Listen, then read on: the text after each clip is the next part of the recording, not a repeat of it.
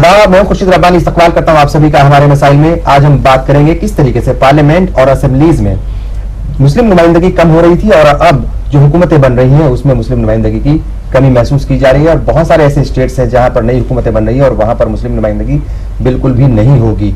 क्या वजह है, क्या नुकसान होंगे और कहीं मुस्लिम तबके में सियासी शौर की कमी तो नहीं है, इसी पर बात करेंगे। चार खास मेहमान स्टूडियो में हमारे साथ मौजूद हैं, तारुफ हम करा दें। हमारे साथ हैं मोहम्मद अदीब साहब, MP हैं आप राज्यसभा के, इस्तकबाल है आपका। इनके अलावा डॉक्टर कासिम रसूल इलियास साहब हैं, प्रेसिडेंट है वेलफेयर पार्टी ऑफ इंडिया के, आपका भी इस्तकबाल है। साथ ही मौजूद है मुमताज आलम रिजवी साहब, नेशनल ब्यूरो चीफ हैं आप, इनकलाब उर्दू के, आपका भी इस्तकबाल करते हैं। और इनके अलावा हमारे साथ हैं शाहिद अली एडवोकेट साहब, प्रेसिडेंट है यूनाइटेड मुस्लिम फ्रंट के, आपका भी इस्तकबाल करते हैं। और मोहम्मद अदीब साहब, क्या लगता है आपको, क्या वाकई ये फिक्र की बात है कि एक वक्त था जब पार्लियामेंट और स्टेट असेंबलीज के अंदर तादाद जो है मुस्लिम की या मुस्लिम नुमाइंदों की तादाद जो वो लगातार कम हो रही थी, अब हम देख रहे हैं कि जो हुकूमत साजी है उसके अंदर उनकी नुमाइंदगी या तो है ही नहीं, अगर है तो बहुत ही कम है, कम भी हो गई और हैसियत भी कम हो गई है जी। ये एक अफसोसनाक बात है। मैंने खुद पार्लियामेंट में ये बात कही थी कि UPA की सरकार थी और कांग्रेस की 206 सीटें जीत के आई थी पिछले UPA 1-2 में जी। उसमें 11 तो ब्राह्मण बनाए गए और 11 दलित थे, 9 क्रिश्चियन थे, 4 सिख थे, 1.5 मुसलमान था। यानी गुलाम नबी आजाद कैबिनेट मिनिस्टर और सलमान खुर्शीद आधे मिनिस्टर ऑफ स्टेट। ये हमारा रिप्रेजेंटेशन उस वक्त हुआ था जिस वक्त मैंने पार्लियामेंट में ये बात कही थी कि हमारी हैसियत क्या रह गई। अब उसके बाद एक दूसरी बात भी है, ये सरकारों ने ये भी शुरू किया कि भाई आपको मंत्री तो बनाएंगे, गवर्नेंस में नहीं रखेंगे, आपको बना देंगे हज का मंत्री, माइनॉरिटी अफेयर्स बना देंगे। और उस वक्त मैंने यही बात कही थी और मेरे दिमाग में था, वो अब हो भी रहा है। इनकी अगर जिस तरह से नीयत थी और जिस तरह से हम इररिलेवेंट हो रहे थे, हमें ये लगता है कि कोई स्टेज ये भी आके खड़ी होगी कि हमको मंत्री बनाने के नाम पे नमाज का मंत्री और ज़कात का मंत्री ये बना दिया जाएगा। अब जो मौजूदा ट्रेंड आया है और जो मौजूदा ट्रेंड की जो सरकारें आई हैं उनको तो उनकी सियासती हमको बुरा भला कहने की, अगर आज मुसलमान की रेलिवेंस खत्म हो जाए तो फिर हिंदुत्व की रेलिवेंस क्या बचेगी? बीजेपी कहां किससे लड़ेगी? वो तो जीतती इसीलिए है कि वो हमको दिखाकर अपने वोट हासिल करती है। उनको क्या जरूरत है हमारी? हम इस स्टेज पे इसलिए पहुंच गए कि हमने अपनी कुव्वत का कभी मुजाहरा नहीं किया, हमने अपने एहसास को कभी ये जगाया नहीं। अगर कोई शख्स हमारा जीत के गया तो हम उसके पीछे नहीं खड़े हुए और जो जीत के वहां पहुंच गया उसने पलट के हमको नहीं देखा। तो हमारे उन दोनों के बीच में कोई ऐसी बाइंडिंग ही नहीं रह गई कि हम कह सकें ये हमारा है और वो कह सकें ये हमारा है। क़यादत का जो अफसोसनाक पहलू है हर जमात का, वो ये नहीं चाहता कोई आदमी अवाम से उठ के, अपनी कौम से उठ के आए और आप उसकी नुमाइंदगी करें। अब ये कहा जाता है कि ये सो एंड सो हैं, ये आपके मुस्लिम लीडर हैं, इनको एक्सेप्ट कर लीजिए। फला पार्टी के फला लीडर ये मुस्लिम लीडर है, उसका उस कौम से कोई ताल्लुक है, कोई लगाव है, इसके ऊपर कोई बहस ही नहीं है। इसीलिए वो इररिलेवेंस बढ़ता चला जा रहा है। अगर कोई ऐसी शख्स जीत के जाए, मिसाल के तौर पर मुलायम सिंह यादव जी हैं, अहीरों के लीडर हैं, अजीत सिंह हैं, जाटों के लीडर हैं, हर जमात का जो भी लीडर है वो अपनी एक सेगमेंट, अपनी कौम को रिप्रेजेंट करता है। बरखिलाफ इसके मुसलमान क़यादत ऊपर से ऐलान कर दिया जाता है ये आपके लीडर बन गए। अब वो लीडर जब बन गया उसका अपनी कौम से कोई ताल्लुक नहीं, कौम को उस पर भरोसा नहीं, तो उसको चाहे एक बनाइए चाहे 2 बनाइए या न बनाइए, हम तो इस पूरे प्रोसेस में कहीं ना कहीं दूर होते ही चले जा रहे हैं। ये बड़ी तशवीशनाक बात है। क्या लगता है आपको, शाहिद साहब आपके पास आएंगे, आप यूनाइटेड मुस्लिम फ्रंट चला रहे हैं, क्या लगता है आपको ये कितना जो है ये फिक्र की बात है कि ये पहले तो आपकी असेंबलीज के अंदर, स्टेट असेंबलीज जो है उसमें तादाद कम हो रही थी, पार्लियामेंट में तो ऑलरेडी तादाद कम है ही, और अब जो हुकूमत साजी जो हो रही है, जो हुकूमतें बन रही हैं नई स्टेट्स में, वहां पर जो है वो तादाद है ही नहीं, मतलब कहीं नुमाइंदगी है ही नहीं। बिल्कुल दुरुस्त आपने कहा। दरअसल अगर हम इससे पहले इसके रीजंस को जाने, इसके वजहों को जाने, जब हमारा मुल्क आज़ाद हुआ इसकी जो नींव पड़ी तब से पड़ गई थी। हमारे बुजुर्गों ने, जो हमारे बड़े हैं जिनको हम कायद कहते हैं, उन्होंने जो गलतियां की उसकी सजा हम लोगों को भुगतनी पड़ रही है।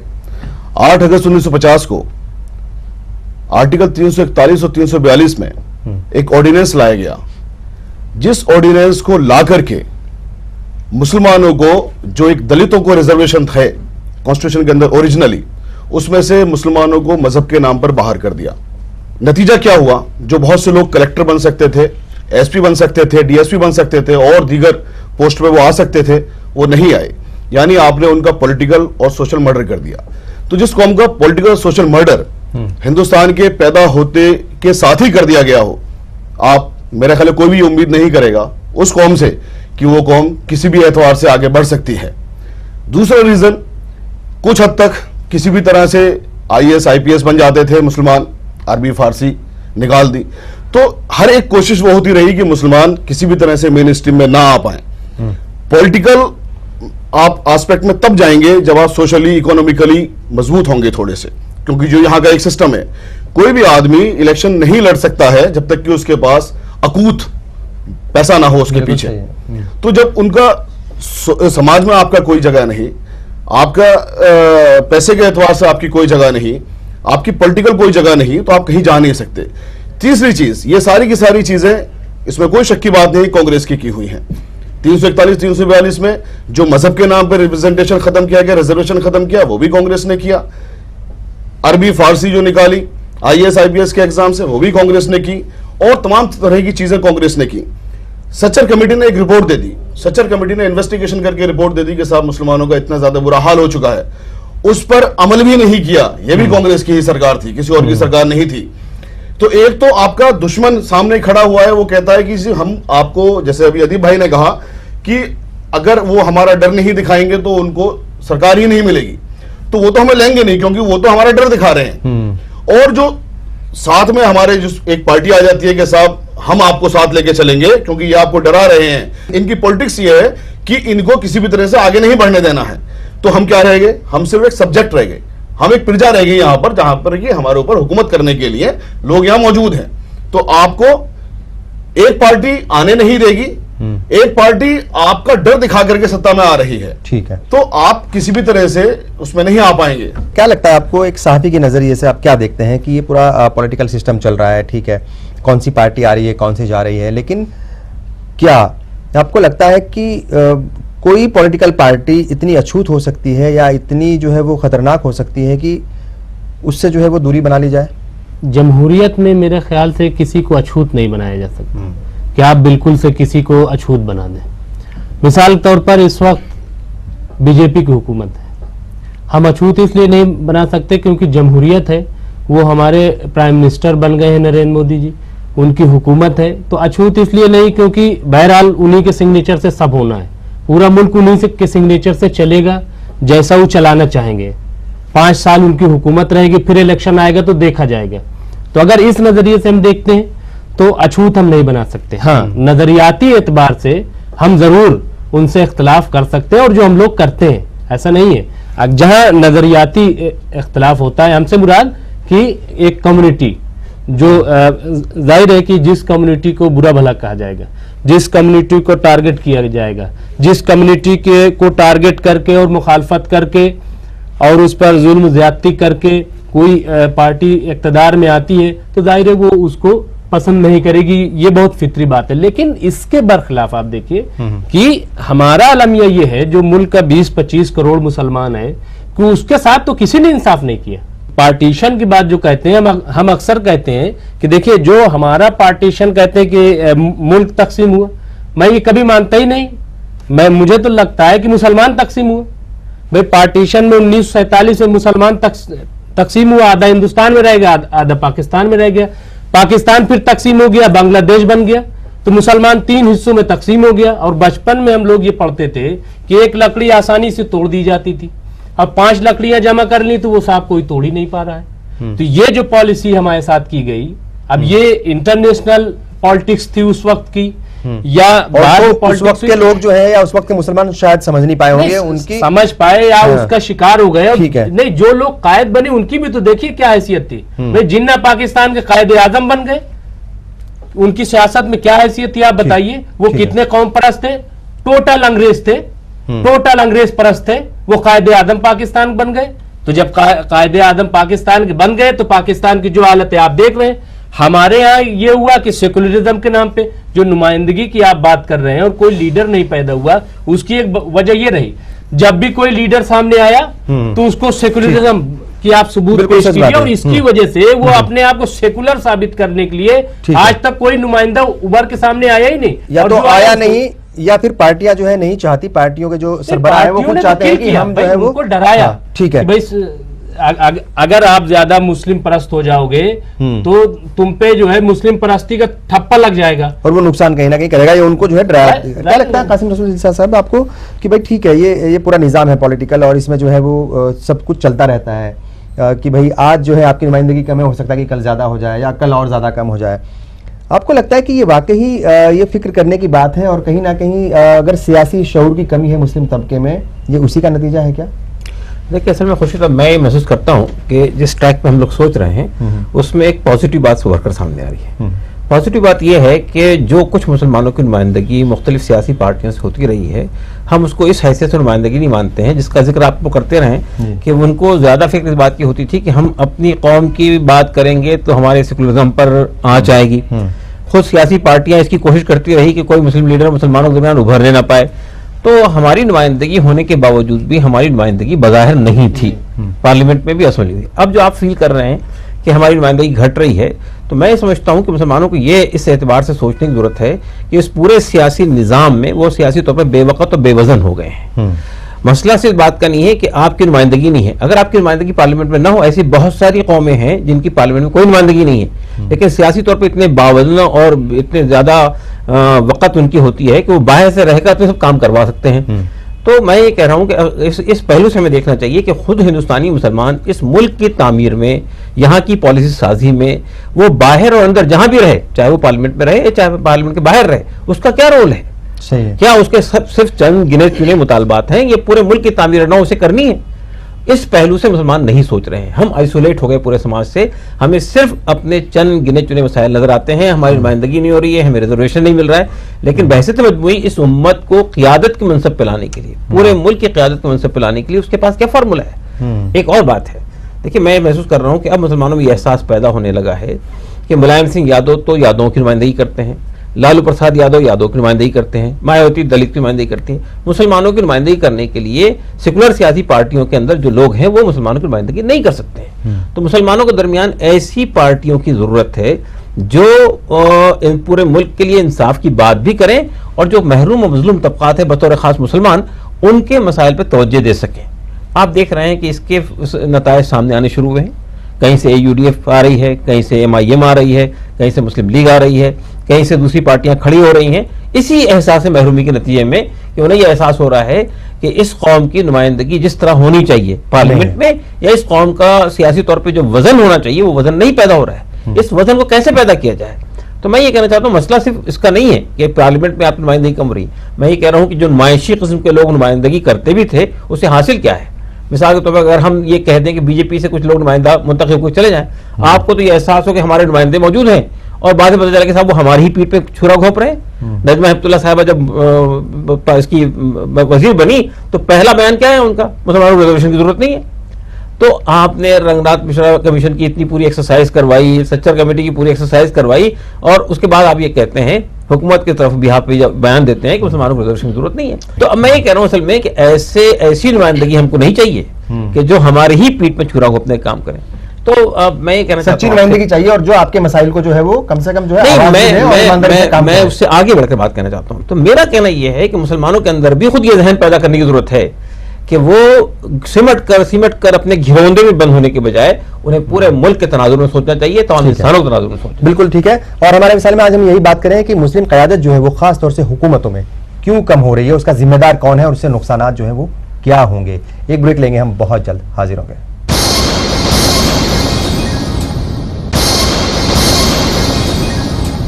पार्लियामेंट और असेंबलीज के बाद अब तादाद जो है वो मुस्लिम तबके की हुकूमतों में कम हो रही है, उसके नुकसानात क्या हैं और कौन इसका जिम्मेदार है, इसी पर बात कर रहे हैं। बहुत सारे खास मेहमान यहाँ पर मौजूद हैं और शाहिद साहब आपके पास आएंगे। ये जो हम बात कर रहे थे कि भाई ये तादाद तो कम हो रही है, आपको लगता है जिम्मेदार असल में है कौन इसका? खुद मुस्लिम तबका है या कहीं वो साजिशों का शिकार हो रहा है पॉलिटिकल पार्टीज की, या फिर जो है ये पूरा जो सियासी ढांचा है उसी में कहीं ना कहीं कुछ कमी नजर आती है आपको?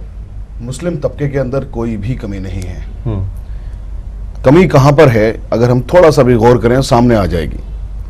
जो हमारी लीडरशिप उभरती है, जैसा आदिब भाई ने भी कहा, मुमताज साहब ने भी कहा, सुजूर साहब ने भी कहा कि उसको उभरने नहीं दिया जाता, एक नेता ऊपर से इंपोज कर दिया जाता है कि ये आपका मुस्लिम लीडर है, और जो इन सारे प्रोसेस से निकल के चलता है तो उसको एक ब्रांड कर दिया जाए कि आप कम्युनल नेता हैं, क्योंकि आप मुसलमान की बात कर रहे हैं। जाट को अगर वो जाट की बात करता है तो वो कम्युनल नहीं होता है, या और जो दीगर यादव की बात करता है वो कम्युनल नहीं होता है। लेकिन अगर कोई मुसलमान की बात करता है तो उसको ब्रांड कर दिया जाता है कि आप कम्युनल नेता हैं। अभी MIM जीती है मुंबई के अंदर, महाराष्ट्र के अंदर, एक पर्टिकुलर चैनल उसके बारे में लगातार दिखा रहा है कि वो कम्युनल आदमी कैसे जीत गया इलेक्शन। अब वो यानी कि वो जो लीडर एक उभर रही है, ये लीडरशिप मुसलमान की उभर रही है, उसको खत्म करने की एक साजिश शुरू हो गई फौरन। दूसरी एक जो रीजन है, जैसा कि आपने कहा कि हमारे लीडर, एक मिनट सर, आप आ जाइएगा, आप आ जाइएगा, मैं इसलिए आप आ जाइएगा सर, कि MIA जो है उसका जो रवैया है हम वो नहीं चाहते। बात मैं नहीं कह रहा हूँ, मैं ये नहीं कह रहा हूँ, मैं रोकना, आप बिल्कुल अपनी बात पर रहिएगा, मैं उसकी आप बिल्कुल अपनी बात पर रहिएगा, रवैया हम बिल्कुल अपनी बात पर रहिएगा। आप इसका मतलब यह है कि सारी कोर्ट्स बंद कर दें, पुलिस डिपार्टमेंट्स बंद कर दें, सब कुछ बंद कर दें, जो एक पर्टिकुलर आदमी कह रहा है वो सब कुछ सही है। अगर कोई आदमी गलत है आप उसके लिए कोर्ट्स में जाइए, आप उसके लिए थाने में जाइए। यही बात तो परवीन तोगड़िया के लोग भी कहते हैं, जब परवीन तोगड़िया गलत बोलते हैं वो कहते हैं कोर्ट में जाइए। Exactly, तो जो चीजें सामने हैं उनको तो देखना पड़ेगा ना, उसके खिलाफ कंप्लेंट्स होनी चाहिए। हम चाहते हैं कि तवाज़ुन रहे, ऐसा है, वो भी गलत है। प्लीज मुझे अपनी बात करने दीजिए, गलत और सही की बात नहीं कर रहे, मैं बात कर रहा हूं कि वजह क्या है। दूसरी वजह क्या है कि 1930 में एक आर्टिकल लिखा था जवाहरलाल नेहरू का, निकला था यंग इंडिया में, अदीब भाई को अच्छी तरह से मालूम होगा, जिसमें प्रोपोर्शनेट रिप्रेजेंटेशन की बात कही गई थी। यहां पर जो इस वक्त इलेक्शन हो रहे हैं वो हो रहे हैं 15% वर्सेस 85%। ये इलेक्शन नहीं है, रेफरेंडम है अगेंस्ट मुस्लिम्स, जो एक बनाई गई चीज है। तो जब तक की रिप्रेजेंटेशन, क्या आपका प्रोपोर्शनेट वहां पर रिजर्वेशन नहीं होगा, रिप्रेजेंटेशन में आप नहीं आ पाएंगे। होता क्या है कि जो हमारी अक्सरियत की सीटें हैं वहां पर वो सीटें ज्यादातर रिजर्व कर दी गई हैं। जो सिख कम्युनिटी है 1.74% है, लेकिन वो हिंदुस्तान के 9 जिलों में अक्सरियत में है। जो दूसरी क्रिश्चियन कम्युनिटी है वो 2.74% है, वो हिंदुस्तान के 22 जिलों में अक्सरियत में है। यानी कि आपके 22 रिप्रेजेंटेशन आ सकते हैं, 9 रिप्रेजेंटेशन आ सकते हैं। लेकिन जो मुसलमान जिले सिर्फ 8 हैं जहां पर मुसलमान अक्सरियत में है, उसमें भी ज्यादातर उनको रिजर्व कर दिया गया। हरियाणा का एक एग्जाम्पल ले लीजिए, पंजाब एक स्टेट था, पंजाब में हिंदू क़यादत देने के लिए हरियाणा का बनाया गया, हरियाणा को क्रिएट किया गया, क्योंकि वहां पर ज्यादातर जो सरकार बनती थी वो सरदारों की सरकार बनती थी, तो उसमें हिंदू को रिप्रेजेंटेशन नहीं मिल पाता था। लेकिन अगर मैं यही बात कहता हूं कि साहब आप मुसलमानों को रिप्रेजेंटेशन दीजिए, यह आपका फर्ज है देना, कन्वेंशन जो इंटरनेशनल ट्रीटी है आर्टिकल 2 उसका भी ये कहता है कि आपको देनी पड़ेगी तमाम दुनिया के मुल्कों में। तो मुझे कह देंगे कम्युनल बात कर रहा है, ये मजहब के नाम पर मांग रहा है। लेकिन जब मजहब के नाम पर हमको डिप्राइव किया जाता है तब कोई नहीं आता कि साहब आपको मजहब के नाम पर मुसलमानों को हुकूमत से दूर किया जा रहा है, मजहब के नाम पर मुसलमानों को पार्लियामेंट और असेंबली से दूर कराया जा रहा है, मजहब के नाम पर मुसलमानों को नौकरियों से दूर किया जा रहा है, मजहब के नाम पर मुसलमानों को पढ़ने लिखने नहीं दिया जा रहा है। कोई आगे नहीं कहता कि साहब आप ऐसा क्यों कर रहे हो मजहब के नाम पर। लेकिन मजहब के नाम पर जब हम किसी हक की बात करते हैं जो कि कॉन्स्टिट्यूशन में प्रोवाइडेड है, कोई भी चीज ऐसी नहीं कॉन्स्टिट्यूशन प्रोवाइडेड नहीं, इंटरनेशनल ट्रीटीज है इसके पीछे। तमाम दुनिया में एक चीज मैं और अपनी बात खत्म करूंगा, तमाम दुनिया में आप किसी भी मुल्क का एग्जांपल ले लीजिए, चाहे इजराइल के लीजिए, पाकिस्तान के लीजिए, माइनॉरिटीज को सब जगह रिप्रेजेंटेशन दिया जाता है कि भाई आप चुन के नहीं आ पाएंगे क्योंकि आप माइनॉरिटी हैं, हम आपको रिप्रेजेंटेशन दे रहे हैं। अपनी ये इस तरह की कुछ सलाह जो है सच्चर कमेटी की जो रिपोर्ट थी या सिफारिशें थी उसमें भी इस तरह की सलाह थी कि भाई ठीक है अगर ये लोग जीत करके नहीं आ पा रहे हैं तो राज्यसभा में या इनको राज्यसभा में भेज दीजिए, MLC बना दीजिए, या फिर जो कमेटीज में जो है इनकी नुमाइंदगी वो पुख्ता कर दीजिए। इस तरह की चीजें कमीशन की बात इन्होंने कही है, तो सच्चर कमेटी की रिपोर्ट में भी ये बात कही गई है, इस बात का इंकशाफ किया गया है कि बहुत हदबंदी कमीशन जो है उसके गलत फैसले हुए और दोबारा हदबंदी कमीशन की तश्कील हो, और तश्कील होने के बाद जहां जहां मुस्लिम अक्सरियत है, मसलन नगीना में 53% जो है मुस्लिम है, लेकिन वो रिजर्व सीट कर दी गई। इस तरीके से अमेठी में, इस तरीके दूसरे जगहों पे, यूपी में, मतलब कई जगह, बिहार में और पूरे मुल्क में। तो ये बिल्कुल सही है, लेकिन हम इस मुल्क में रुके सेकुलरिज्म की बुनियाद पे। हमें रोका गया ये कह के कि ये मुल्क सेकुलर रहेगा, ये मुल्क सबका रहेगा। हम इस बुनियाद पे यहाँ पे लड़ाई लड़ रहे हैं कि हम सेकुलरिज्म की बुनियाद पे, और इसीलिए हम हर मौके पर ये सबूत भी पेश करते रहे कि हम सेकुलर हैं और सेकुलरिज्म की बुनियाद पे हम यहाँ पे रुके हैं, और हमें मुल्क सेकुलर चाहिए। हमें कोई ऐसा मुल्क नहीं चाहिए जहाँ पे तशद्दुद हो। 3 बातें सर मुझे कहनी है। हाँ सर, एक तो मेरा सवाल यही था कि ये अगर जैसे इन्होंने कहा कि भाई इस तरह के हालात बन गए हैं और जो इलेक्शन हो रहे हैं वो 85% वर्सेस 15 या 15% जो है उनके खिलाफ हो रहे हैं, अगर इस तरह के हालात हुए क्यों हैं? ये मतलब जो है मुसलमानों को इतना जो है वो उनसे खौफजदा होने की, उनसे डरने की या उन्हें एक तरफ रखने की जरूरत कहाँ पड़ गई है? क्यों इस तरह के हालात बने हैं? मैं समझता हूँ कि पहले हमें अपने गिरबान झांकना चाहिए। मेरा मानना यह है कि आपको धकेल धकेल के कॉर्नर में किया जा रहा है और आप उसी पर इत्तेफा कर रहे हैं। देखिए, मुतालबात की सियासत हम 65 साल से कर रहे हैं। हमको ये मिलना चाहिए, हमको ये मिलना चाहिए, हमारी ये गिरबान से, हमारे गिरबान से होता कुछ नहीं, कोई तब्दीली नहीं। आप आगे बढ़ के कहिए इस मुल्क की तामीर हम करेंगे। आपने की ना भाई, इस मुल्क के अंदर आपने, आप बड़े फख्र से बात करते हैं कि 800 साल हुकूमत की। अब क्या चलेगा वो जोम आपका? तो मैं कह रहा हूँ, देखिए, कोई आपको भीख में कोई चीज़ देने वाला नहीं है। वो कैलिबर पैदा कीजिए, वो सलाहियत पैदा कीजिए, मैदान में आने की कोशिश कीजिए, डिलीवर कीजिए। मैं जो बात कह रहा हूँ, आप कहते हैं पार्लियामेंट की बात, चलिए हम पार्लियामेंट को एक तरफ रखते हैं। हिंदुस्तान में जितनी सिविल सोसाइटी मूवमेंट चल रही है, पिछली यूपीए गवर्नमेंट में 5 बड़े कानून जो आए हैं, अदीब भाई इसकी गवाही देंगे, ये सिविल सोसाइटी मूवमेंट की वजह से आए हैं। आरटीआई का कानून, आरटी का कानून, फूड सिक्योरिटी का कानून, लोकपाल बिल और आपका ये मनरेगा, ये 5 सिविल सोसाइटी ने मूवमेंट खड़ी की और उसको हुकूमत को कंपेल किया कि ये चीज़ बनाइए। पॉलिटिशियन तो बाद में आए हैं। मैं ये कह रहा हूँ कि इन सिविल सोसाइटी मूवमेंट में हम कहाँ खड़े हुए हैं? अपने गिरबान में जाकर बिल्कुल ठीक है। सवाल ये पैदा होता है कि आप सिर्फ मांगेंगे ये, हमको ये दीजिए, हमको ये दीजिए, आप कुछ बनाने के लिए तैयार नहीं है मैदान में। मैं ये कह रहा हूँ, किसी भी कौम की सियासी बेवजनी इसलिए पैदा होती है कि वो भीख मांगती है। जो लोग भीख मांगना छोड़ दें और कहें हम तामीर नौ के लिए मैदान में आ रहे हैं, तो फिर उनको यानी वो लोग जो है करने की पोजीशन में आते हैं। एक बात तो यह है जो मुझे आपके सामने रखनी है कि मिल्लत को अपने माइंडसेट को तब्दील करना चाहिए। दूसरी बात, मैं हमारे मुमताज़ साहब की बात से मुझे 100% इत्तेफाक है। एक तरफ मेजॉरिटी कम्युनलिज्म है, उसके जवाब में माइनॉरिटी कम्युनलिज्म डेवलप हो रहा है। तो आप, और वो बहुत खतरनाक है। वो खतरनाक नहीं है, वो इस पहले से खतरनाक है। आप पोलराइजेशन करवा देंगे सियासत का, बिल्कुल, और पोलराइजेशन का फायदा अल्टीमेटली नुकसान आपको ही होने वाला है। हमें होने वाला है। आपको, यानी आप इन द लार्जर इंटरेस्ट देखिए, पोलराइजेशन का मसला सिर्फ सियासत में नहीं आएगा, आपको जिंदगी के हर मैदान के अंदर नफरत, अदावत, बुग़्ज़, इनाद की सियासत में जिंदगी दोभर होकर रह जाएगी। तो क्या यानी ये जो सिचुएशन है कि हम अलग, तुम अलग, तुम्हारे साथ हमारा झगड़ा, ये सिचुएशन आप पैदा कर देंगे इस मुल्क के अंदर, तो मसला सिर्फ ये 2-3 सीटें आप निकाल ली जाएंगी इस चक्कर में। हर स्टेट में 2-4 सीटें आपकी होंगी। कितना करेंगे? लेकिन बहते मजमूई पूरी मिल्लत को नुकसान होगा, पॉलिटिक्स में भी नुकसान हो जाएगा। और आप जो देखिए, जो जबान आप बोल रहे हैं, जो जबान जो तकरीरें आप कर रहे हैं, उसका फायदा तगड़िया को पहुंच रहा है, उसका फायदा हिंदू कम्युनिज्म को पहुंच रहा है। मेरा ख्याल ये कि इस पहलू से भी हमको अपना हिसाब करना चाहिए। ये दूसरी पहलू है जो उसका बज़ाहिर लगता है आपको कि हम कामयाब हो रहे हैं, लेकिन बहते मजमूई आप नाकाम हो रहे हैं। आप मिसाल के तौर पर महाराष्ट्र को देख लीजिए। महाराष्ट्र में इस वक्त मुसलमानों की सिर्फ 9 सीटें आई है असेंबली के अंदर, सबको मिला जुला के जो आई है। तो सवाल ही पैदा होता है कि क्या मुसलमानों की आबादी तनासुब से आई है?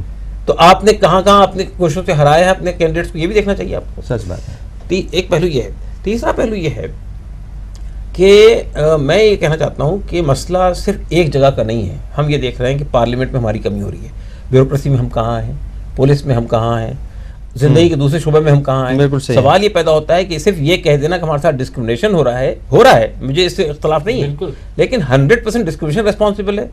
जहाँ जहाँ आपने कोशिश की, मिसाल के तौर पर मैं कल हमारे जफर महमूद साहब के साथ बैठा था इस बात के ऊपर गुफ्तगू करने के लिए कि IAS और IPS के एग्जामिनेशन होते हैं, उसमें क्या हमारे साथ डिस्क्रिमिनेशन होता है? तो उन्होंने बताया कि हमारा हम जितना लोग बैठते हैं और जितने लोग सिलेक्ट करते हैं, दूसरों से अगर मुकाबला करें तो हमारा सिलेक्शन ज्यादा हो रहा है, उस परसेंटेज से ज्यादा हो रहा है, बिल्कुल ज्यादा हो रहा है। तो इसका मतलब ये कि क्योंकि एग्जाम में बैठ ही नहीं रहे ना बच्चे, बैठ ही नहीं रहे, बहुत कम तादाद में बच्चे बैठते हैं, बहुत कम। अब देखिए मसला ये है ना कि आपकी प्रेफरेंसेस क्या है, एजुकेशन के अंदर आपका प्रेफरेंस क्या है, मेडिकल में जाना है, इंजीनियरिंग में जाना है, गवर्नेंस में आना, आपका प्रेफरेंस ही नहीं है। तो जो प्रेफरेंस ही नहीं है तो आप ब्यूरोक्रेसी क्यों आए? आप देखिए ना, केरला में जो सिस्टम बना है, आप अपने यहाँ का सिस्टम देख लीजिए और साउथ और केरला वगैरह। मैं खुद केरला गया तो वहाँ साहब पढ़ाई मदरसे की पता है कहते हैं कि 6 बजे से 10 बजे तक बच्चा पढ़ाई करेगा, किसकी? मदरसे की, दीनियात पढ़ेगा। 10 बजे से 4 बजे तक वो पढ़ेगा CBSE बोर्ड की तालीम। उसके बाद फिर वो मदरसे में जाएगा और फिर कुरान और हदीस और इस सब की तालीम। आज की तारीख में आप चले जाइए केरला, 100% लिटरेसी है। इसके अलावा वहाँ का बच्चा अरबी बोलेगा आपको तो लगेगा जैसे सऊदी अरब से आया हुआ है, इंग्लिश बोलेगा तो लगेगा कि ये लंदन से आया हुआ है, ठीक है। हिंदी बोले लगेगा कि और जिंदगी अदीब के साहब- हर शोबे में नुमाइंदगी है। अदीब साहब, ये जो नुमाइंदगी की हुआ नहीं, आप देख लें यूपी बिहार या इधर पूरा नॉर्थ बेल्ट में आप देख लीजिए कि ऐसी कोई बेदारी नहीं, तो इसका जिम्मेदार कौन है? बिल्कुल ठीक हुकूमत है। अदीब साहब, ये जो तादाद कम हो रही है, सियासी बेदारी की भी कमी हो सकती है और सियासी शऊर की भी कमी हो सकती है, बहुत सारी चीज़ें जो है जिम्मेदार हो सकती हैं इसकी। लेकिन क्या आपको लगता है कि ये जो कम्युनलिज्म की ये जो पॉलिटिक्स है, किसी भी तरफ से हो रही हो, चाहे दोनों तरफ से हो रही हो या एक तरफ से हो रही हो, ये बड़ी जिम्मेदार है इस चीज़ की? पहली बात तो मैं कहूँ, जो अभी शाही साहब ने इशारा किया और इन्होंने भी किया, रिप्रेजेंटेशन कम होने की एक वजह हमारी पार्लियामेंट्री सीट में 80 सीटें तो रिजर्व हो गई दलितों के नाम से और मुख्तलिफ जहाँ अच्छी खासी तादाद है आपकी। जी, जहां मुसलमान जीत सकता था वो रिजर्व हो गई।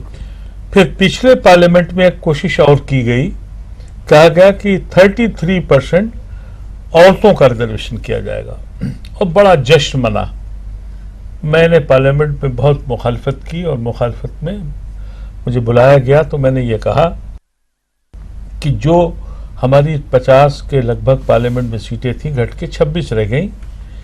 अब जो बची सीटें हैं वो औरतों के नाम से रिजर्व होंगी। जब मुझसे प्राइम मिनिस्टर मनमोहन सिंह ने कहा कि आप क्यों मुखालफत कर रहे हैं, मैंने कहा मैं इसलिए कर रहा हूं कि मुझे मालूम है कि मेरी जमीन छीनने की ये एक और साजिश है और अब वो सीटें जो बची हैं वो लेडीज की कर दी जाएंगी।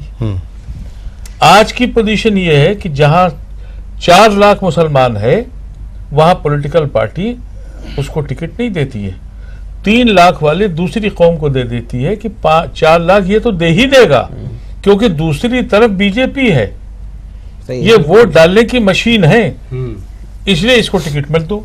मैंने कहा अब वो जब रिजर्व हो जाएंगी तो औरतों को चली जाएंगी। जब मर्दों को आप टिकट नहीं देते, हमारी औरतें अभी हिजाब करती हैं, अभी हमारी औरतें सड़कों पे नहीं निकली हैं, वो पॉलिटिकल मैदान में कैसे आएंगी?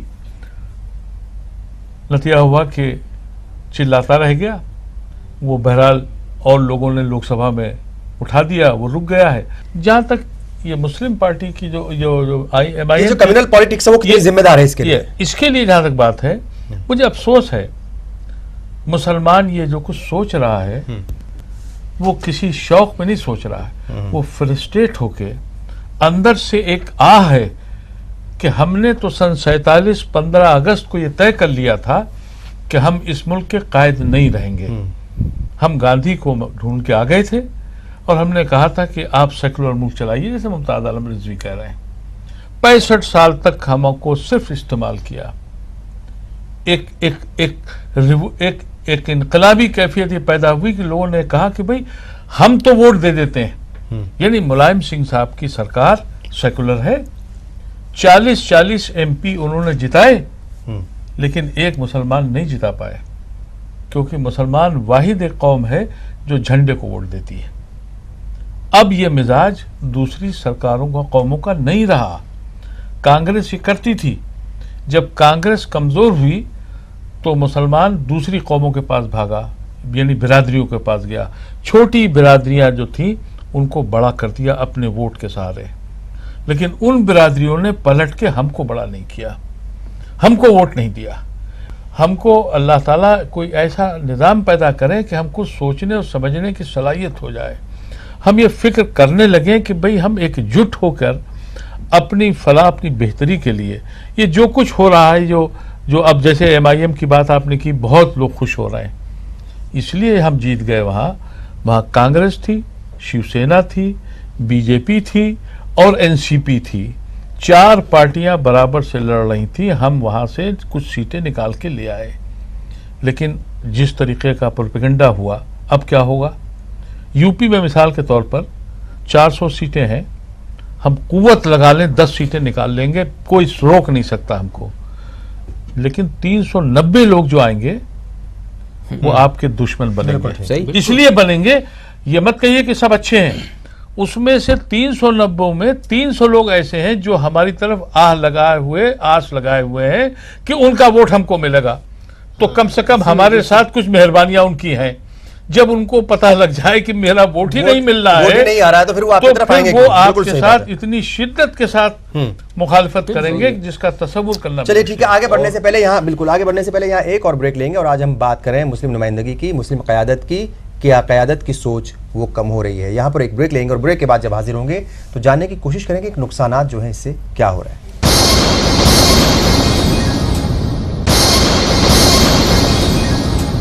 ब्रेक के बाद एक बार फिर आप सभी का इस्तकबाल है। आप देख रहे हैं हमारे मसाइल, बात हो रही है मुस्लिम क़यादत की। हुकूमतों में उनकी नुमाइंदगी वो लगातार कम हो रही है, ऐसा क्यों हो रहा है, कौन इसका जिम्मेदार है, नुकसानात क्या हो रहे हैं, क्या लगता है आपको नुकसान जो है वो इसके, मुमताज साहब, नुकसान कहाँ कहाँ देखने पड़ेंगे आपको, किन किन शोबों में जो है वो नुकसान आपको बिल्कुल साफ नजर आएंगे? हम अक्सर कहते हैं कि 30 साल तक तो हम कोमे में थे, पूरी हमारी बिरादरी जो है वो कोमे में थी। और मैं ये बात कहता हूँ कि हाथ तो थे लेकिन हाथ हमारे बेकार थे, हम हाथ चला नहीं सकते, आंखें थी लेकिन हमारे पास नजरिया नहीं था, हम देख नहीं सकते थे, जबान थी हम बोल नहीं सकते। 30 साल यानी हम कोमे में थे।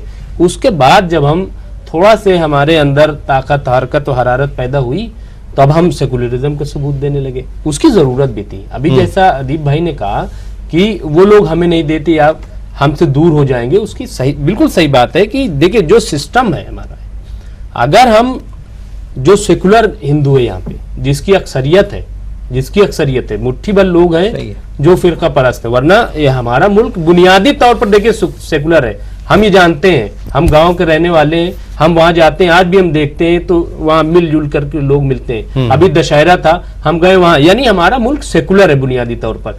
लेकिन कुछ फिरका परस्त ताकतें वो ऐसी सियासत करती है इलेक्शन के वक्त, कहीं फसाद करा देंगी, कहीं कुछ करा देंगी, कहीं ब्लास्ट करवा देंगी, ये सब जो ऐसा करके और एक ऐसा माहौल बना दिया जाता है ताकि उनकी नुमाइंदगी ना बने। यहाँ पे हमें बाकायदा अपना सियासी शऊर, सियासी विजन का इस्तेमाल करना पड़ेगा कि हम किसके साथ जाएंगे। अगर हम तकसीम हो जाते हैं 3 जगहों पे, मसलन 3 पार्टी सेकुलर पार्टीज हैं, हम उसमें तकसीम हो गए तो इसका जिम्मेदार कौन है? हम ही तो है। हम फैसला ही नहीं कर पाते कि हमें किसके साथ जाना है। अगर हमें वाकई नुमाइंदगी हासिल करनी है तो जो हमारा बड़ा तबका सेकुलर है उसके साथ मिल करके ही हम कुछ कर सकते हैं। अपनी कोई हम पार्टी बना के यहाँ पे बहुत कुछ कर लेंगे तो बिल्कुल ऐसा नहीं होगा। 10 सीट तो हम जीत सकते हैं यूपी में, लेकिन आज जो 70 सीटें हैं ना वो हमसे निकल जाएंगी, ये बस हमें ख्याल रखना है। शाहिद साहब क्या कहेंगे, नुकसान जो है ये आपको लगता है कि ये नुकसान इतने खतरनाक हैं और आने वाले वक्त में जो है वो कहीं ना कहीं कौम को उसका एहसास होगा कि ये हो क्या गया? सेकुलरिज्म की बात कर रहे हैं, किसी को शायद पता भी नहीं होगा सेकुलरिज्म का मतलब क्या है, आदिब भाई के अलावा और इलियास साहब के अलावा। नहीं मुझे पता है। मैंने कहा मुझे पूरी बात करने दे, मैंने कहा मुझे पूरी बात करने दे, आप हमारा नाम मुझे पूरी बात करने दे। सेकुलरिज्म का मतलब ये नहीं होता है कि जब जाकर के हम त्योहार साथ में मना रहे हैं। सेकुलरिज्म का मतलब ये होता है आप अपने दीन पर पूरी तरह से रहो, मैं अपने दीन पर पूरी तरह से हूं, आप मुझे इंटरफेयर ना करो, मैं आपको इंटरफेयर नहीं कर रहा, आप प्यार से रहो, मैं प्यार से रह रहा हूं। लकुम दीनुकुम वलिय दीन, ये कुरान से लिया गया है सेकुलरिज्म, और कहीं से नहीं लिया गया है सेकुलरिज्म। दूसरी चीज, सेकुलरिज्म चूंकि हमारा कॉन्स्टिट्यूशन भी सेकुलरिज्म है, हमारा मुल्क सेकुलरिज्म है। आर्टिकल 14 बराबरी की बात कर देता है, धर्म के नाम की बात नहीं करता। आर्टिकल 16 कहता है कि तमाम सरकारी नौकरियों में आपको, हर कौम को हिंदुस्तान की बराबरी का हक है। आर्टिकल 25 से 30 तक ये तमाम चीजें हैं कि साहब अपने मजहब को। ठीक है सर, आगे बढ़ते हैं। हाँ। मुझे ये बता दीजिए कि क्या हमको नौकरियों में बराबरी का दर्जा मिलता है? जैसा कि 80 सीट पार्लियामेंट में रिजर्व हैं, जैसा अभी अदीब भाई ने कहा दलित की सीट रिजर्व हैं। अगर 341, 342 से ऑर्डिनेंस ला करके मुसलमानों को नहीं हटाया गया होता तो क्या उसमें मुसलमान भी चुन के नहीं आते? उन साजिशों को देखिए।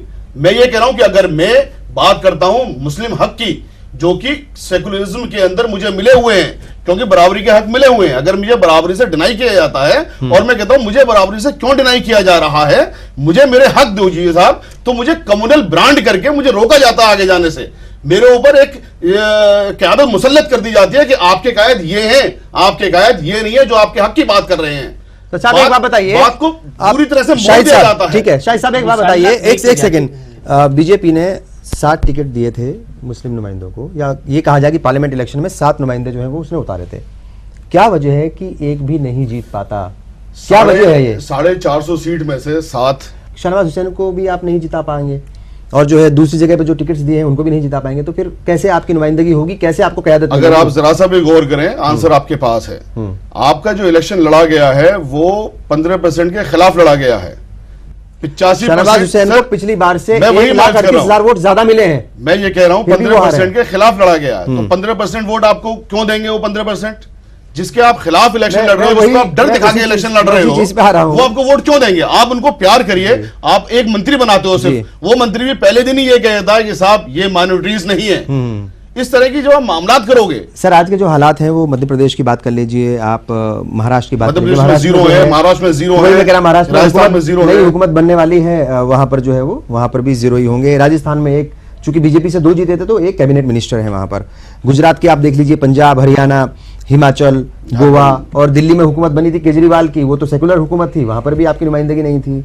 मुस्लिम तबके में सियासी हवा का रुख जो है वो समझने की ताकत कमजोर हो गई है, या उस तरफ बहने की जो है वो जो ताकत होती है या जो ज़ील होती है वो कम है? जिस कौम ने 800 साल तक हुकूमत की हो, आज वो कौम जो है वो सियासी चालों को नहीं समझ पाती, सियासी साजिशों को नहीं समझ पाती, सियासी एक जो सिस्टम है उसके साथ मिलकर के क्यों नहीं चल सकती? क्या केजरीवाल की जो पार्टी थी वो सेकुलर नहीं थी?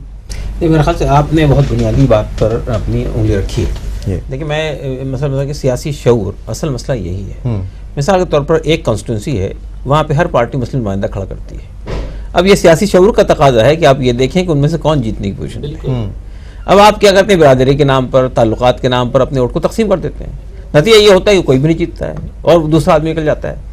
तो मैं ये कह रहा हूँ कि सियासी शऊर एक बहुत बुनियादी अहमियत है। मुसलमानों को इन तंग दामानियों से ऊंचा उठना चाहिए, यानी मतलब मसलक है, मकातिब फिक्र है, बरादरी है, उससे ऊंचा उठकर वसी तर इंटरेस्ट को सामने रखना चाहिए। एक बात तो ये है जिसको मैं समझता हूँ। लेकिन एक और बात है, ये मसला सिर्फ मुसलमानों का नहीं है। मैं ये कहना चाहता हूँ, अगर आप पूरे सिस्टम को आप देखेंगे तो ऐसे मार्जिनलाइज तबकात बहुत बड़ी तादाद में नजर आएंगे जिनकी कोई नुमाइंदगी पार्लियामेंट असेंबली में नहीं है। उसकी वजह यह है कि हमारा जो मौजूदा इंतखाबी निज़ाम है ना, वो उसके लिए बुनियादी तौर पर रिस्पॉन्सिबल है। दुनिया ऐसे मुल्क में जहाँ multi religious, multi cultural, multi linguistic society हो, एक प्लस सोसाइटी हो, वहाँ पे पार्लियामेंट पूरी डेमोग्राफी का अक्स नजर आना चाहिए। जैसी आबादी है वैसा पार्लियामेंट को नजर आना चाहिए। लेकिन ऐसा नहीं हो सकता जिसके पास पैसा, जेब में पैसा है, जैसा शाहिद साहब कह रहे थे, वही इलेक्शन लड़ सकता है, गरीब इलेक्शन नहीं लड़ सकता है। तो मैं ये कह रहा हूँ कि एक बात तो ये है कि ये पूरा निज़ाम हमारे मुल्क के लिए सूट ही नहीं करता है। ये जो FTPT सिस्टम है ना, फर्स्ट पास द पोस्ट वाला सिस्टम है, जिसको सबसे ज़्यादा वोट मिलेंगे वो जीत जाएगा। चाहे 69% वोट आपके खिलाफ जा रहे हों, 30% वोट लेकर आप हुकूमत करेंगे। ये निज़ाम ने अफराद की नुमाइंदगी भी नहीं होती है, तबकात की नुमाइंदगी भी नहीं होती है, और सूरत हाल ये कि सिर्फ चंद लोगों के हाथ में सत्ता आ जाती है। और आज अगर हम देखेंगे तो माफ़ कीजिएगा, हमारा हुकूमत चाहे कोई भी कर रहा हो, लेकिन असलन हुक्मरानी जो है वो उन लोगों के जिन्होंने अपना पैसा लगाया था इस इलेक्शन में। बिल्कुल सही। तो मैं ये कहना चाहता हूँ कि ये जो सिस्टम है हमारे लिए, दुनिया के 80 मुल्कों में प्रोपोर्शनल रिप्रेजेंटेशन का सिस्टम चल रहा है। यानी ये कि जिस पार्टी को जितना वोट मिलेगा उसकी उतनी नुमाइंदगी होगी। अब अगर मुसलमानों की अपनी पार्टी है, दलितों की अपनी पार्टी है, या किसी और की पार्टी है, उसको जितना वोट मिलेगा उसके उतने नुमाइंदे जाएंगे, तो इस हैसियत से नुमाइंदगी सबकी हो जाएगी वहाँ पे जाके। तो मेरा अंदाजा ये है कि अगर इवन इफ नहीं हो, देखिए जो लिस्ट सिस्टम होता है दुनिया में, वो तरीका ये होता है कि अगर प्लूरल सोसाइटी है तो आप एक मुसलमान अपनी कैंडिडेट की जो लिस्ट बनाएंगे उसमें एक मुसलमान देंगे, एक दलित देंगे, एक अपर कास्ट का देंगे, एक ब्राह्मण देंगे। इस तरह से आप खुद तय करेंगे हमारे जीत के आएंगे तो हमारी लिस्ट के मुताबिक ये लोग पार्लियामेंट में जाएंगे। बिल्कुल ठीक। तो ये जो मैं समझता हूँ प्रोपोर्शनल प्रेसिडेंसी से बेहतर सिस्टम हमारे मुल्क के लिए और कोई नहीं हो सकता है। तो पूरे निज़ाम पर गुफ्तगू होनी चाहिए, इंतखाबी निज़ाम के ऊपर में। जब निज़ाम बदलेगा तो अपने आप अपनी नुमाइंदगी का मसला ही हल हो जाएगा। बिल्कुल। क्या लगता है अदीब साहब आपको? हाँ, आ रहा हूँ मैं आपके पास। जैसे पहले भी बात हुई थी कि भाई अगर मुस्लिम नुमाइंदे जीत करके भी आते हैं और उनको हुकूमत में लिया भी जाता है तो उनको वक्फ मंत्री बना दिया जाएगा, किसी को हज मंत्री बना दिया जाएगा, या माइनॉरिटी डिपार्टमेंट दे दिया जाएगा। जो बहुत सारे जो डिपार्टमेंट्स हैं, होम मिनिस्ट्री है या फाइनेंस मिनिस्ट्री है, या जो जिम्मेदारी के कहा जाए जिनको डिपार्टमेंट्स होते हैं, वहाँ पर उनको जगह नहीं दी जाती।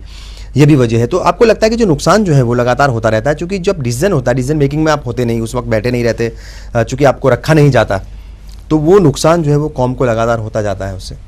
बिल्कुल यही बात है, क्योंकि वजह यह है कि जिस आदमी को आप अपना जो सरकार अपना माइनॉरिटी का नुमाइंदा अपने यहाँ रखती है, उस सरकार को ये पता है कि ये अगर हम इसको निकालेंगे तो इसके पीछे 3 लोग भी साथ नहीं होंगे। उनको सिर्फ ये दिखाना है कि भाई हमने एक माइनॉरिटी भी रखी हुई है। अब वो वो इसलिए खामोश है कि उसके पीछे उसका साथी नहीं है।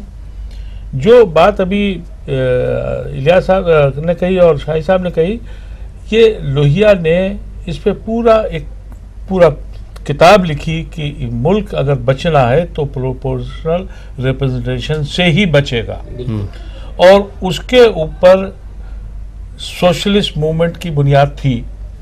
इस मुल्क में एक बदनसीबी ये भी हुई कि धीरे धीरे सोशलिस्ट मूवमेंट इस मुल्क से खत्म हो गया, बिरादरीवाद शुरू हो गया। जो सोशलिस्ट मूवमेंट था, जिसके बुनियादी तौर पर नेहरू भी सोशलिस्ट थे, कांग्रेस में भी 2 ग्रुप थे। आज का दौर जैसा कहा गया, अब सिर्फ महाजनों का दौर है। अब कोई आइडियोलॉजी इस मुल्क में नहीं चल रही है। बिल्कुल। अब ये आइडियोलॉजी की लड़ाई रही नहीं गई है। अब ये है कि भाई दौलत कैसे कमाई जाए। अगर वो सोशलिस्ट सिस्टम रखा जाता तो मैं समझता हूं कि सबको सब मिल जाता, लेकिन ये हकीकत है कि मुसलमान का रिप्रेजेंटेशन, चाहे वो सरकार बनाने में हो, पार्लियामेंट में हो या नौकरियों में हो, इसमें एक तासुब का चश्मा जरूर किसी ने पोड़ रखा है। और अनफॉर्चुनेट ये है कि मुस्लिम लीडरशिप, जिसको हम लीडरशिप कहते हैं, उसको कहीं न कहीं एक ओहदा हासिल करने के लिए वो लीडरशिप करता है। मैं अगर सियासत में आ रहा हूं तो मेरा मकसद ये है कि मुझे ओहदा कैसे मिले।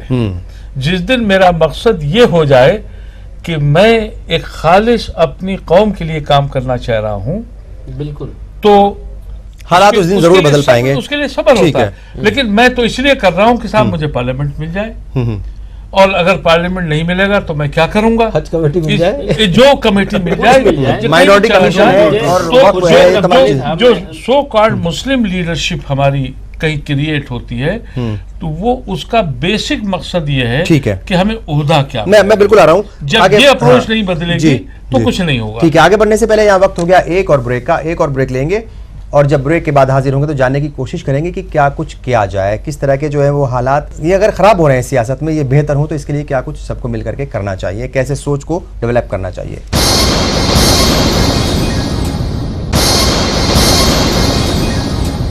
ब्रेक के बाद एक बार फिर आप सभी का इस्तकबाल है। आप देख रहे हैं हमारे मसाइल। मुस्लिम क़यादत की बात हो रही है, हुकूमतों में उनकी नुमाइंदगी क्यों कम हो रही है, लगातार इस पर बात हो रही है। बहुत सारे ऐसे स्टेट्स हैं जहां पर एक भी मुस्लिम वजीर नहीं है। क्या लगता है आपको, ये जो सारी प्रॉब्लम्स हैं ये तो आ गई हैं, कौन जिम्मेदार है, क्या नुकसानात होंगे, साजिशें क्या है, सारी बातें अपनी जगह हैं, लेकिन होना क्या चाहिए अब?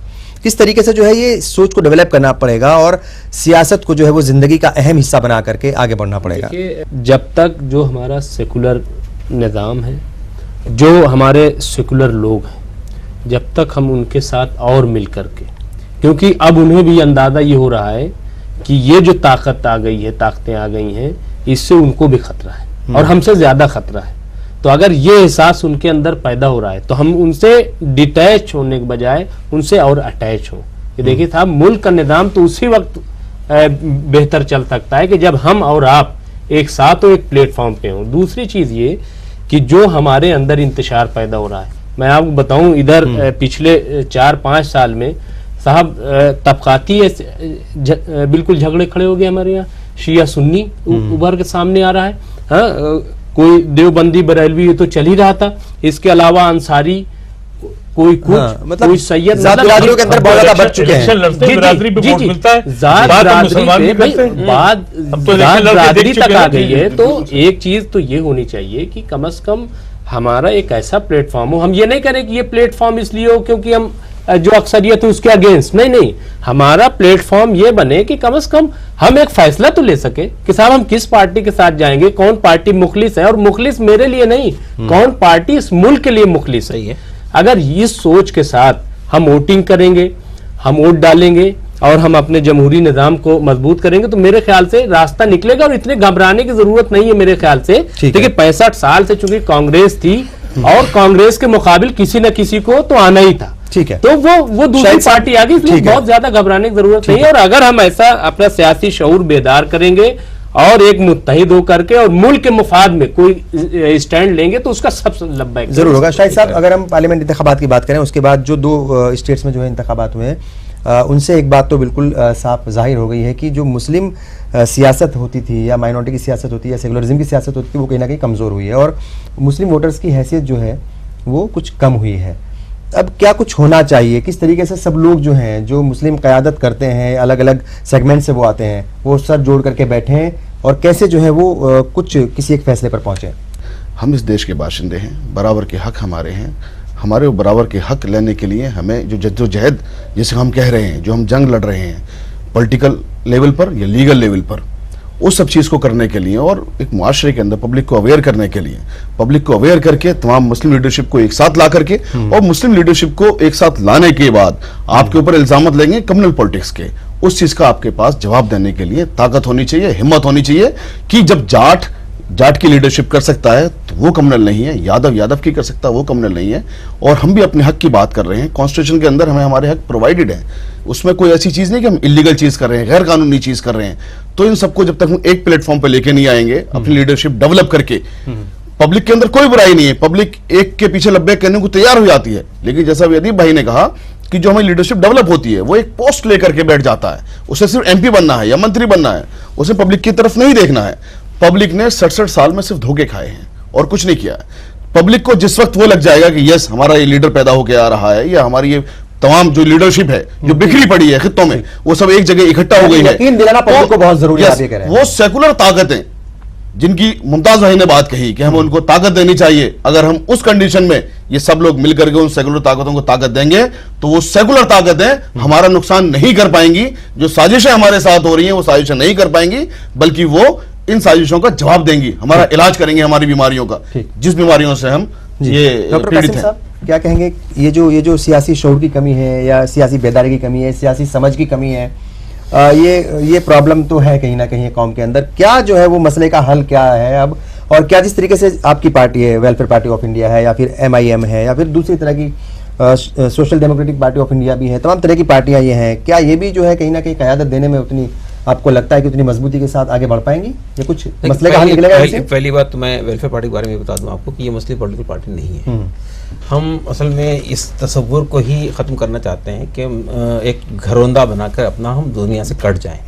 हम ये कहते हैं कि हम पूरे मुल्क के तनाजुर में सोचते हैं, तमाम इंसानों के तनाजुर में सोचते हैं, इंसाफ के क़याम के लिए जद्दोजहद कर रहे हैं। तो मैं ये कह रहा हूँ देखिए आप अपनी ज़बान और बयान को थोड़ा सा तब्दील कर लें। मिसाल के तौर पर मुसलमान बेवज़न हैं, कमज़ोर हैं, तालीमी तौर पर पसमानदा हैं, वो गरीब हैं, बेरोज़गार हैं, यही तो मसाइल है ना आपके। अगर आप इस मुल्क में बेरोज़गारी की लड़ाई लड़ते हैं, अगर आप इस मुल्क में इलिटरेसी की और यानी तालीमी पसमानदगी की लड़ाई लड़ते हैं, अगर आप इस मुल्क में गुर्बत की लड़ाई लड़ते हैं, तो क्या मुसलमानों की लड़ाई नहीं हो रही वो लड़ाई? बिल्कुल। मेरा कहना ये है कि ज़बान को आप बदल दीजिए, हमें से ये मिलना चाहिए, हमें वो मिलना चाहिए, इसके बजाय आप कहिए कि इस मुल्क से गुर्बत का खात्मा होना चाहिए। बेनिफिशियरी आप नहीं होंगे। हम ये कहें कि इस मुल्क में तालीम सबको मिलनी चाहिए और आला से आला तालीम हासिल करने के मौके मिलने चाहिए, क्या मुसलमानों की बात नहीं होगी आपकी? हम ये कहें कि इस मुल्क में मजहबी आज़ादी होनी चाहिए, हर मजहब के आदमी को अपने मजहब पर चलने की पूरी मुकम्मल आज़ादी होनी चाहिए, जिसमें पर्सनल लॉ भी उसका, क्या मुसलमानों की लड़ाई नहीं है?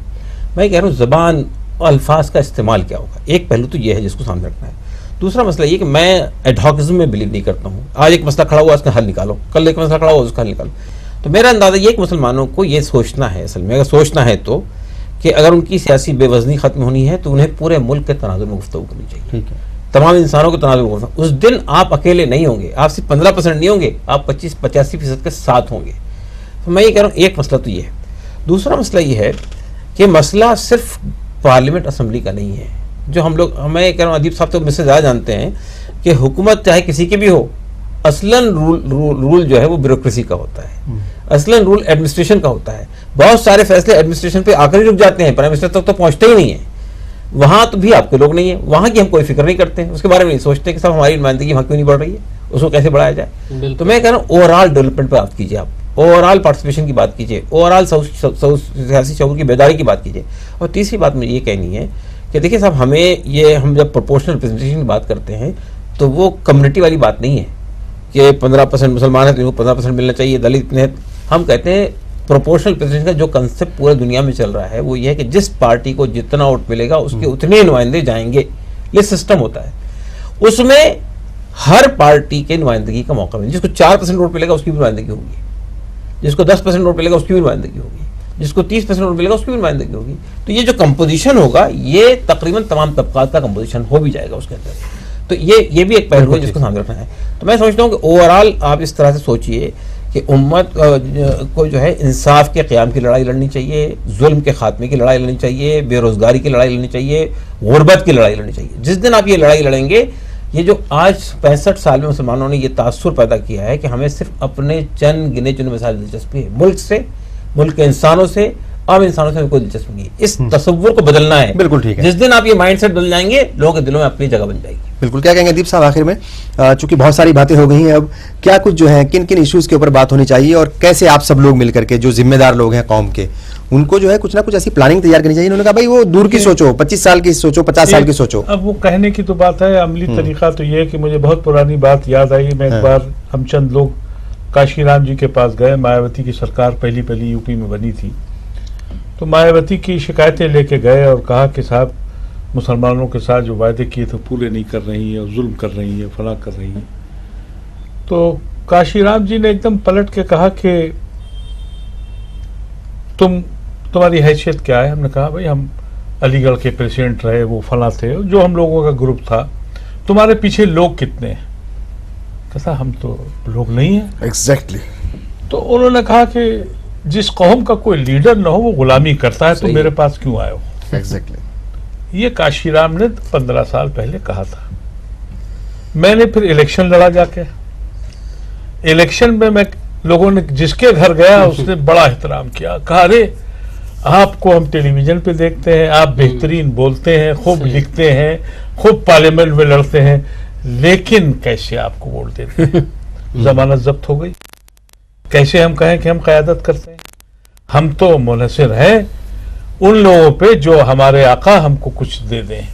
सही है। हमारी ऐसी हालत सारे लीडरों की है, लेकिन मायूसी नहीं है, इसलिए कि ये मुल्क जहां से बुनियाद बेसिक शुरू हुई सेकुलरिज्म की, बिल्कुल, ये मुल्क आज भी मोदी साहब गांधी का नाम लेके वोट मांग रहे हैं, गुलवालकर का नहीं मांग रहे हैं। बिल्कुल गवर्नेंस की बात कर रहे हैं, विकास की बात कर रहे हैं। बिल्कुल सही बात है। ये वो जीत रहे हैं गांधी का नाम लेकर, गुलवालकर को नहीं कोट कर रहे हैं। ये बदनसीबी उन लोगों की है जो गांधी की इस फिक्र के थे, वो भुला बैठे। आज हुकूमत बनानी है तो आज भी गांधी का सहारा लेना पड़ रहा है। गांधी स्मृति में कोई नहीं जाता, लेकिन गांधी के नाम को सड़क पे टेलीविजन पे भुलाते हैं। ये अलग बात है। झाड़ू लगा रहे हैं, झाड़ू लगा रहे हैं। गांधी के तो नजरियात में इसलिए झाड़ू फेर रहे हैं। आप ये कह रहे हैं कि जो है वो मायूस नहीं होना चाहिए। इसीलिए कौम को भी मायूस नहीं होना चाहिए, अपना तजिया करें, जिसका बार बार इजहार किया कासिम रसूलुल्लाह साहब ने। हमें अपने तजिए की जरूरत है। अगर हम अपना तजिया कर ले गए तो हम इस मुल्क में जाहिर है पार्लियामेंट और असेंबलीज, स्टेट असेंबलीज के अंदर अगर तादाद कम हो रही है या फिर अब हुकूमतों में नुमाइंदगी कम हो रही है, ये फिक्र की बात ज़रूर है। लेकिन इनका कहना यह है, सब लोगों का ये कहना है कि मायूस होने की ज़रूरत नहीं है। बस ज़रूरत है तो अपनी सोच को डेवलप करने की, सियासी शऊर पैदा करने की, सियासी समझदारी पैदा करने की और थोड़ा सा बेदार होने की। हमारे मसाइल देखने के लिए आप सबका बहुत बहुत शुक्रिया।